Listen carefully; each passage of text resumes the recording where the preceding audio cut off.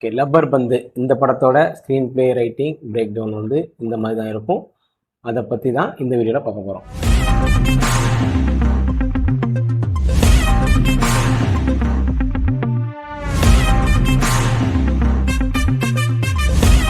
இந்த படத்தோட லாக்லைன் வந்து அன்பு அப்படின்ற ஒரு கேரக்டர். அவன் தன்னோட ஊரோட அடையாளமான ஒரு கிரிக்கெட் டீம் ஜாலி ஃப்ரெண்ட்ஸ்ன்னு இருக்கும், அதில் விளையாட ஆசைப்படுவான். அதில் கேஸ்ட் இஷ்யூனால் அவனால் விளையாட முடியாது, அவனை சேர்த்துக்க மாட்டாங்க. ஸோ ஒரு கட்டத்தில் அதே ஜாலி ஃப்ரெண்ட்ஸ் டீம் கூடவே ஒரு சவால் விட வேண்டிய சிச்சுவேஷன் வரும். அந்த சவால் என்ன, அந்த சவாலில் அன்பு வந்து வின் பண்ணானா இல்லையா அப்படிங்கிறது தான் லாக்லைன். ஸோ ஆஸ் யூஸ்வல் இந்த லாக்லைன்லேருந்து நமக்கு வந்துருக்கிற மிஷன் என்னென்னா, அன்போட சவாலில் அன்பு வின் பண்ணானா இல்லையாங்கிறது தான். ஸோ ஆப்வியஸ்லி அதோட கிளைமேக்ஸ் எப்படி இருக்குன்னா, அந்த சவாலில் வின் பண்ணனா இல்லையான்ற மாதிரி தான் அந்த கிளைமேக்ஸ் இருக்கும்.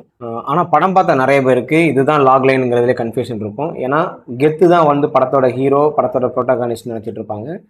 ஆனால் அது அந்த அளவுக்கு அழகாக அந்த டைரக்டர் அந்த ரைட்டர் வந்து பண்டில் பண்ணியிருப்பார் அந்த லேயரை.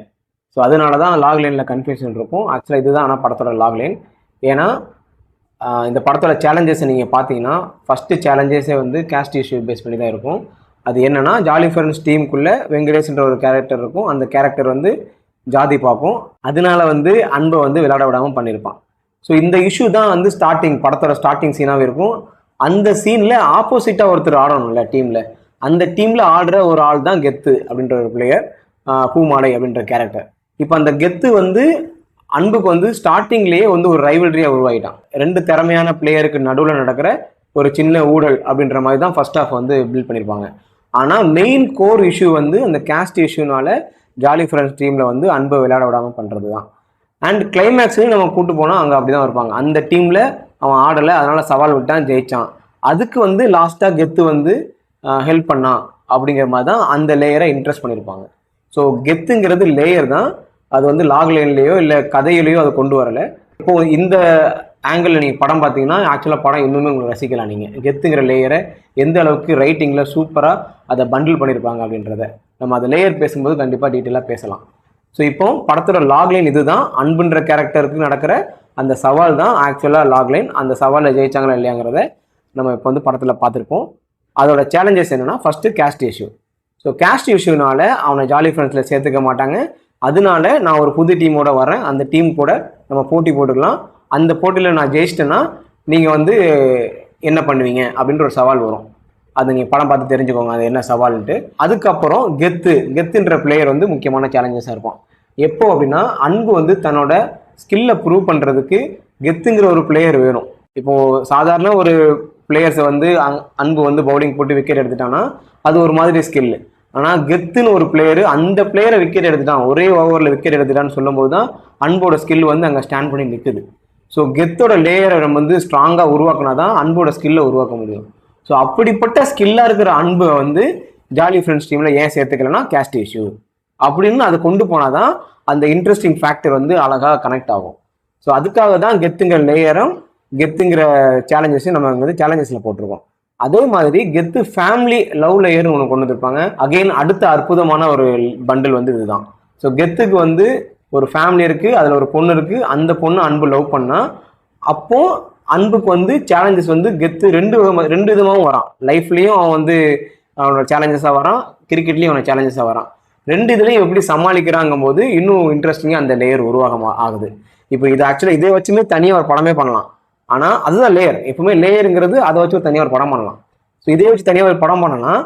இது போக மெயின் லாக்லைன் வந்து படத்தில் பின்னாடி பேக்ரவுண்டில் ஓடிட்டே இருக்கும். இப்போ அந்த லாக்லைனுக்கு ஹெல்ப் பண்ணுறது கெத்து.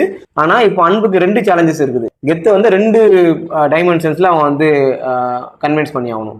ஒன்று ஃபேமிலி சைட்லேருந்து கன்வின்ஸ் பண்ணணும், இன்னொன்று கிரிக்கெட் சைட்லேருந்து கன்வின்ஸ் பண்ணணும். லைக் அவன் வந்து ப்ரூவ் பண்ணணும் நான் வந்து பயங்கரமான ஒரு கிரிக்கெட்டர் தான் அப்படின்ட்டு. ஸோ கடைசியில் கெத்து அதை ஒத்துக்கிட்டு தான் வந்து தட்டி கொடுப்பான். ரெண்டு விதமாகவும் நீ நல்ல பையன் அண்ட் கிரிக்கெட்லேயும் நல்ல ஸ்கில்டாக இருக்கிற அப்படின்ட்டு தட்டி கொடுப்பான். கிளைமேக்ஸ் நீங்கள் பார்த்தீங்கன்னா அது அவ்வளோ அழகாக அந்த சீனை வந்து இந்த ஃப்ரேம் வச்சுருப்பாங்க. ஸோ வந்து இதுதான் சேலஞ்சஸ் ஆக்சுவலாக. ஸோ லாக்லைன் மிஷன் அதில் இருக்கிற சேலஞ்சஸ். இப்போ இந்த சேலஞ்சஸை அன்பு வந்து எப்படி ஸ்ட்ராட்டஜைஸ் பண்ணுவான் அப்படின்னு பார்த்தோன்னா, சேலஞ்சஸ் பேசும்போதே அப்பப்போ சொல்லிட்டோம், இருந்தாலும் இன்னொரு டைம் சொல்கிறேன். ஸோ என்ன ஸ்ட்ராட்டஜியில் சொல்லுவோம் அப்படின்னா, அந்த கேஸ்ட் இஷ்யூவை வந்து அவன் சரி பண்ணணும் அப்படின்னா தன்னோட டேலண்ட்டை ப்ரூவ் பண்ணி காமிக்கணும். ஸோ அந்த டேலண்ட் தான் இம்பார்ட்டன்ட். கேஸ்ட் கிடையாது அப்படின்னு படம் ஃபுல்லாக அங்கங்கே ப்ரூவ் பண்ணிகிட்டே இருக்கணும்.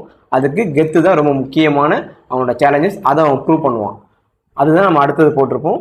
ஸோ அடுத்த ஸ்ட்ராட்டஜி என்னன்னா, புது டீம் உருவாக்கிடுவான். இப்போ வின் பண்ணணும் சவாலில். அதை வின் பண்ணுறதுக்கு அவன் என்ன ஸ்ட்ராட்டஜி யூஸ் பண்ணுவான்னா, கெத்தை வந்து தன்னோட டீமில் விளையாட வைக்கிறதுக்கு ஸ்ட்ராட்டஜி யூஸ் பண்ணுவான். அதுக்கப்புறம் அகிலான்னு ஒரு கேரக்டர் இருக்கும். அந்த கேரக்டரை பொண்ணுங்க அப்படின்னு ஏளனப்படுத்திட்டே இருக்கும்போது, அந்த பொண்ணை நான் வந்து விளையாட விடுறேன், நீ கேஸ்ட் இஷ்யூ பார்க்குற, நான் விமன் இஷ்யூ கூட பார்க்க மாட்டேன், ஏன் இதில் எல்லாருமே சமம் தான் அப்படின்னு சொல்லிட்டு தன்னோட டீமில் அகிலாவை வந்து ஒரு முக்கியமான ஒரு மேட்ச்சில் அடிக்க வச்சு வின் பண்ண வச்சு அது செம்மையாக போவோம் அந்த ஒரு சீன். அந்த மாதிரி ஒரு ஸ்ட்ராட்டஜி ஃபார்ம் பண்ணி அந்த சேலஞ்சஸ் வந்து அவன் ஓவர் கம் பண்ணுவான். அதுக்கு அடுத்தது ரொம்ப முக்கியமானது, அந்த லவ் லேயர்லேயும் அவன் வந்து தன்னோட இம்பார்ட்டன்ஸ், அந்த வந்து தன்னோட லவ்வரை வந்து அவன் எவ்வளோ இம்பார்ட்டண்ட்டாக பார்க்குறான்னு லவ்வரோட அம்மாவுக்கு வந்து ப்ரூவ் பண்ணணும் அப்படின்னு சொல்லி ஒரு முக்கியமான சீனில் முக்கியமான மேட்சை விட்டுட்டு அவன் வந்து அவன் வீட்டுக்கு போவான். அந்த சீனுமே ரொம்ப அழகாக இருக்கும். ஸோ இப்படி தான் வந்து ஸ்ட்ராட்டஜைஸ் பண்ணி அவன் சேலஞ்சஸ் எல்லாம் ஓவர் கம் பண்ணி கடைசியில் அந்த சவாலில் வின் பண்ணானா இல்லையாங்கிறது நீங்கள் படம் பார்த்து தெரிஞ்சுக்கோங்க. ஸோ அதுவும் ரொம்ப இன்ட்ரெஸ்டிங்காகவே இருக்கும். அதில் ஒரே ஒரு சின்ன நெடல் மட்டும் இருக்கும். அது பெரிய குறையா சொல்லி இந்த படத்தை வந்து இது பண்ண வரும்ல. ஓவராலாகவே இந்த படம் ஆக்சுவலாக நல்ல ரைட்டிங் இருக்கும். அதுக்கு காரணம் என்னென்னா, இப்போ நான் பேச போகிற இந்த லேயர்ஸ். ஸோ கெத்து லேயர், அதுக்கப்புறம் துர்கா லேயர், அப்புறம் அகிலா லேயர். இந்த கெத்து லேயர் ஆக்சுவலாக நம்ம நிறைய பேசிட்டோம். அதில் சின்ன ஒரு விஷயம் மட்டும் சொல்லிக்கிறேன். ஸோ கெத்து லேயரை உருவாக்குற போது அவர் வந்து ஹீரோ அப்படின்றது மாதிரி ஆரம்பித்து அதுக்கப்புறம் இன்னொரு ஹீரோக்கு ஹெல்ப் பண்ணும்போது அவனோட படி இன்னும் அதிகமாகவே மாறும். லைக் எப்படின்னா, கெத்துன்ற பிளேயர் ஓப்பன் பண்ணுவாங்க, அப்புறம் அப்படியே கொஞ்சம் டவுன் பண்ணுவாங்க. ஏன்னா அன்பு வந்து தூக்கி காட்டுறதுக்காக. ஆனால் ஒரு சைடில் அப்படியே அன்பு இருக்கும்போது, ரெண்டு பேரும் ஒரே டீமில் இருக்கும்போது கெத்தையும் தூக்கி காட்ட முடியாது, அன்பையும் தூக்கி காட்ட முடியாது. ஸோ அன்பை வந்து அப்படியே வெளியில் தள்ளி, லவ் லேயர்லேருந்து அப்படி வெளியில் கொஞ்சம் தள்ளி, நீ கொஞ்சம் வெளியில் போயிட்டு வா, அவங்க வீட்டுக்கு போயிட்டு வா, நான் மேட்ச் ஆடுறேன்னு சொல்லிட்டு கெத்தை கடைசி ஒரு கிளைமேக்ஸில் ஒரு மேட்ச் ஆட வச்சு வேற லெவலுக்கு அந்த கெத்தை இன்க்ரீஸ் பண்ணி விடுவாங்க அதை. ஸோ அவர் வந்து கெத்து ஸ்டார்ட் பண்ணும்போது எப்படி ஒரு மேட்ச்சில் வந்து ஒரு பாட்டை போட்டு அதே மாதிரி அடித்து அதே மாதிரி கடைசி பால் அவுட் ஆகிறோம், அதுக்கப்புறம் ஃபுல்லாக டிக்ளைனாக இருக்கும் கெத்துக்கு. ஏன்னா அன்பு தான் வந்து ஒரு ஓவரில் விக்கெட் எடுத்துருவான், அதுக்கப்புறம் மேட்ச் தோக்கடிக்குவான், அப்புறம் வந்து ஒரே சண்டை வரும், ஒய்ஃப் வந்து பிரிஞ்சு போயிடுவா, ஃபேமிலி யாரும் பேச மாட்டாங்க அப்படின்னு நகண்டு அப்படி டிக்ளைனாக இருக்கும். அப்புறம் அப்படியே கிளைமேக்ஸில் வந்து செம்மையாக ஹை ஏற்றி விடுவாங்க, வேற லெவலுக்கு ஹை ஏற்றி விடுவாங்க அதுக்கு. ஸோ அதுதான் வந்து கெத்தோட லேயரில் இருக்கிற அந்த சின்ன நுவான்சஸ். அதே மாதிரி துர்கா லேயரும் வந்து செம்மையாக இருக்கும். ஒரு பொண்ணை இப்படி தான் காமிக்கணும் அப்படின்னு இல்லாமல் ஒரு பொண்ணு வந்து ஒரு நார்மலாகவே கெத்தாகவே காமிக்கலாம் அப்படின்றது. உதாரணத்துக்கு இப்போ கியர் பைக் ஓட்டக்கூடாது, ஓட்டினாலே பெருசாக பார்க்குற அப்படின்லாம் இல்லாமல், யாருமே அந்த படத்தில் ஒரு சீனில் இது நீ கியர் பைக்லாம் ஓட்டுறியா அப்படின்லாம் கேட்கவே மாட்டாங்க. அவர் ரொம்ப சாதாரணமாக அந்த கியர் பைக்கில் அப்படி ஜாலியாக போவா. அப்புறம் நான் பிடிச்ச பையனை எனக்கு பிடிச்சிருக்குன்னு சொல்லுவா. ரொம்ப கேஷுவலாகவே இருக்கும். அவரோட வந்து அலட்டிக்காம யாராவது பார்த்தா பயப்படுவாங்களோ பண்ணுவாங்களோ அப்படிலாம் கிடையாது. அப்பாவுக்கு சப்போர்ட் பண்ணுறது, அம்மாவுக்கும் சப்போர்ட் பண்ணுறது, பாட்டி கூட பேசுறது, ரொம்ப வந்து அலட்டிக்காம ஒரு லேயரை உருவாக்கியிருப்பாங்க.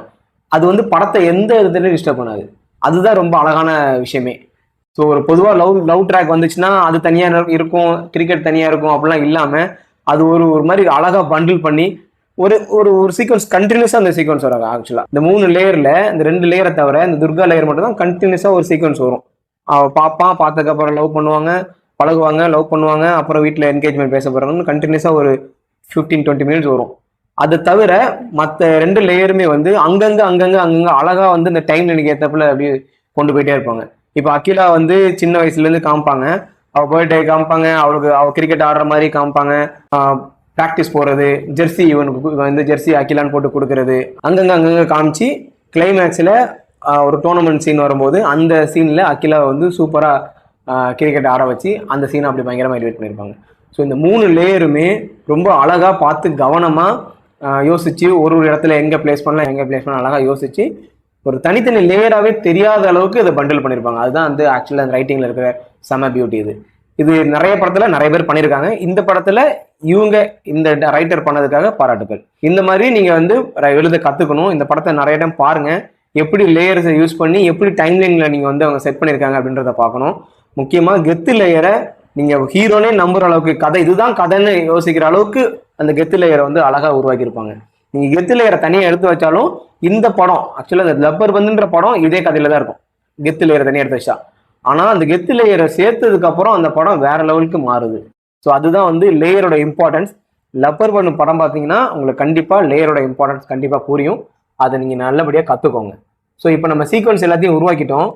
இப்போ இந்த சீக்வன்ஸை லப்பர் பந்து படத்தில் எப்படி நரேட் பண்ணியிருப்பாங்க அப்படின்னு பார்த்தா இந்த படத்தில் நரேஷனும் சீக்வன்சிங்கும் ஒரே மாதிரி தான் இருக்கும். இப்போ தேவர் மகன் படம் பார்த்தோம், அதே மாதிரி தான் இதுவும். ஏன்னா இந்த ரெண்டு படமே லீனியர் நரேஷனில் போகுது. ஸோ நான் லீனியராக போகாமல் லீனியர் நரேஷன்லேயே போகுது. படத்தில் ஸ்டார்டிங்கில் ஒரு பாயிண்ட்லேருந்து அதே டைமில் அடுத்தடுத்துன்னு அப்படியே ஒரே டைமில் இருக்கிறதுனால லீனியர் நரேஷனில் போகும்போது ஒரு படத்தோட நரேஷனும் சீக்வன்சிங்கும் ஒரே மாதிரி தான் இருக்கும். ஸோ சீக்வன்சிங்னா என்னென்னு தெரிஞ்சுக்கணுன்னா இதுக்கு முன்னாடி போடுற வீடியோலாம் பாருங்கள், கண்டிப்பாக உங்களுக்கு சீக்வன்சிங் என்னென்னு புரியும்.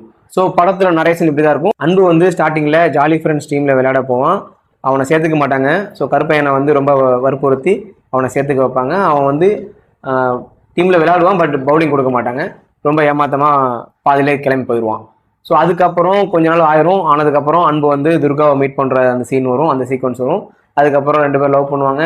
ஸோ வீட்டில் லவ் பற்றி பேசி கல்யாணம் பண்ணலாம் அப்படின்னு முடிவு பண்ணும்போது ஒரு முக்கியமான இம்பார்ட்டண்டான ஒரு விஷயம் தெரிய வருது, அவன் தான் கெத்தோட பொண்ணு அப்படின்ட்டு. அது ரொம்ப இன்டர்மேஷன் பக்கத்தில் தெரிய வரும். ஸோ அந்த இதுக்கு முன்னாடி கெத்துங்கிறது ஃபர்ஸ்ட் ஸ்டார்டிங்கில் வந்து தன்னோட விளையாண்ட ஒரு டீமில் பார்த்துருக்காங்க. கெத்துன்றவன் நல்லா அடிப்பார், அவருக்கு வந்து ஆஃப் சைடில் போட்டால் அடிக்க வராது அப்படின்றது மைண்ட் அவன் சின்ன வயசுலேருந்தே அவனுக்கு இருக்கும். ஸோ பெரியவன் ஆனதுக்கப்புறம் மறுபடியும் அதே கெத்தை வந்து பார்க்குறான், அதே மாதிரியே விளையாடுறான். அப்படி பார்த்த உடனே இவரெல்லாம் நான் ஒரு ஓவரை விக்கெட் எடுத்துருவேன் அப்படின்னு சொல்கிறான். சொன்ன உடனே அது கேட்ட உடனே அங்கேருந்து பக ஆரம்பிக்கும், ஒரு ரைவல்ரி ஆரம்பிக்கும். அந்த ரைவல்ரியை அன்பு கெத்து சீக்வன்ஸ் அப்படின்னு நம்ம எழுதியிருக்கிறோம். அங்கங்கே பிரித்து இருக்கும், ஒரே மாதிரி அப்படி கண்டினியூஸாக இருக்காது. இப்போ மொதல் 2 சீக்வன்ஸும் கண்டினியூஸாக இருக்கும். ஸோ அந்த 3வது சீக்வன்ஸை அங்கங்கே பிரித்து அழகாக பண்டல் பண்ணியிருப்பாங்க. அப்புறம் 4வது சீக்வன்ஸ் அன்பு துர்கா என்கேஜ்மெண்ட் சீக்வன்ஸ். அதுலேயே வந்து ஃபர்ஸ்ட் ஒரு சீக்வன்ஸ் இருக்கும், என்கேஜ்மெண்ட் நடக்கிற மாதிரி இருக்கும், அங்கே ஸ்டாப் ஆயிரும். அதுக்கப்புறம் கிளைமேக்ஸில் வந்து மறுபடியும் என்கேஜ்மெண்ட் நடக்கும். ஸோ அந்த சீக்வன்ஸ் அப்படியே பிரித்து போட்டிருப்பாங்க. அப்புறம் வந்து பிரிவும் வலியும் அப்படின்னு ஒரு சீக்வன்ஸ் இருக்குது. அது என்னன்னா அன்பும் துர்காவும் கொஞ்ச நாளைக்கு பிரிஞ்சிருப்பாங்க, அதாவது பூமாலையும் யசோதையும் கொஞ்ச நாள் பிரிஞ்சிருப்பாங்க. அந்த சீக்வன்ஸ் கொஞ்சம் இன்டர்மேஷன் முடிஞ்ச உடனே ஆரம்பிக்கும். அது கொஞ்சம் நேரம் போகும், கண்டினியூஸாக போகும், ஒரு 10-15 நிமிஷம். சில பேருக்கு அது போர் அடிக்கலாம், ஆனால் நல்லா பண்ணியிருந்தாங்க. அந்த லைஃபை, அவங்களுக்கு இருக்கிற அந்த பாண்டிங்கை ரொம்ப அழகாக காமிச்சிருப்பாங்க. அப்போதான் வந்து அன்புக்கு வந்து துர்கா மேலே எவ்வளோ லவ் இருக்குன்றதும், கெத்துக்கு வந்து யசோதை மேலே எவ்வளோ லவ் இருக்குன்றதும் புரிஞ்சுக்கிற சீக்வன்ஸ். அது 2 பேருமே தெரியும், பட் ஆடியன்ஸுக்கு வந்து ரொம்ப தெளிவாக சொல்லணுக்காக இந்த சீக்வன்ஸ் அழகாக பண்ணியிருப்பாங்க. அந்த பிரிவும் தெரியும், அந்த வலியும் தெரியும், அவங்க சேருன்ற அந்த தேவையும் ஆசையும் நல்லாவே தெரியும். ஸோ அதுக்கப்புறம் அந்த சவால் சீக்வன்ஸ் சொல்லுவாங்க. அந்த சவால் சீக்வன்ஸுக்கு அப்புறம் பேட்சப் சீக்வன்ஸ்னே கொஞ்சம் அங்கங்கே அதுவும் அழகாக பிரித்து டோர்னமெண்ட்டும் பேட்சப்னு அழகாக போகும். அதையும் அழகாக பண்டல் பண்ணியிருப்பாங்க. அப்புறம் கிளைமேக்ஸில் அந்த டோர்னமெண்ட் சீக்வன்ஸ், கிளைமேக்ஸ் சீனு, அதுக்கப்புறம் என்ன நடந்துச்சு, ஒரு முக்கியமான ஒரு கருத்தோட அந்த படத்தை முடிச்சிருப்பாங்க. இப்படி தான் அந்த படத்தோட நரேஷன் இருக்கும். இதுதான் இந்த படத்தோட சீக்வன்ஸிங்கும். ஸோ இந்த மாதிரி தான் லப்பர் பந்து படத்தை ஸ்க்ரீன் ப்ளே பண்ணியிருப்பாங்க. ஸோ இப்படி தான் வந்து லப்பர் பந்து படத்தோட லாக்லைன் இருக்கும். அதுக்கான மிஷன் இப்படி தான் இருக்கும். அந்த மிஷனுக்கான சேலஞ்சஸ், அந்த சேலஞ்சஸை அன்பு எப்படி ஸ்ட்ராட்டஜைஸ் பண்ணுறான்றதும், அதில் முக்கியமாக இந்த படத்தை ரொம்ப இன்ட்ரெஸ்டாக மாற்றுற அந்த 3 லேயர்ஸ், இப்படி தான் வந்து லப்பர் பந்து படத்தை ரொம்ப அழகாகவே எழுதியிருப்பாங்க. கண்டிப்பாக மறக்காமல் படம் பார்க்கும்போது இதெல்லாம் கவனத்தில் வச்சு பாருங்கள், கண்டிப்பாக ரசிப்பீங்க. நன்றி.